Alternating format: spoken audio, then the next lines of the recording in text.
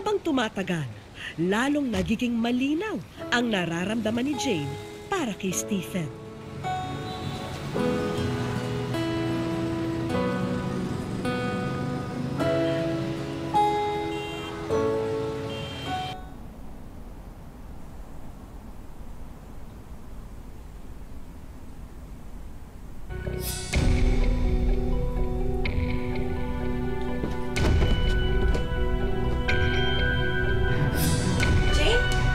Jane! Sisters! Tulong! Jane! Jane! Tulong!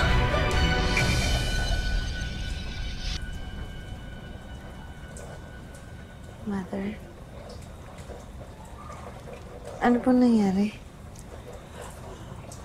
Nawalan ka ng malay. Mababa pala ang blood pressure mo. Siguro dahil na rin sa puyat, sa pagod. Sorry po. Oh, hindi ka dapat humingi ng sorry. O, sige.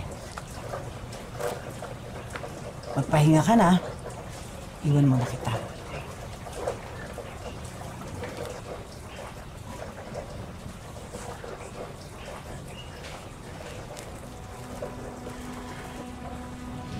Masama kang babae. Sinungaling ka.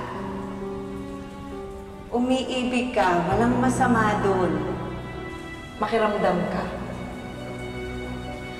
Ano ang nasa sinapupunan mo?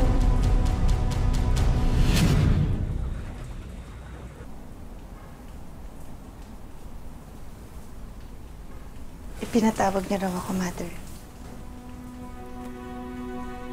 May nakapag-report sa akin na lumalabas ka raw tuwing wala kami. Totoo ba ito? Kailan mo ito ginagawa? Wala po.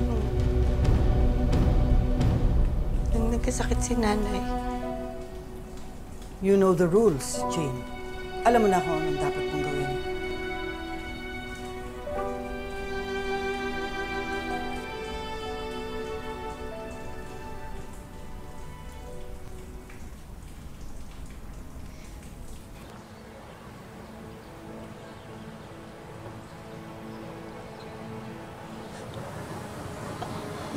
Sorry po.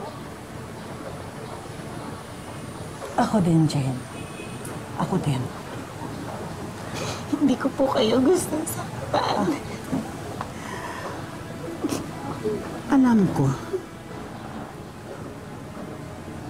Pagpalain ka nawa ng Diyos.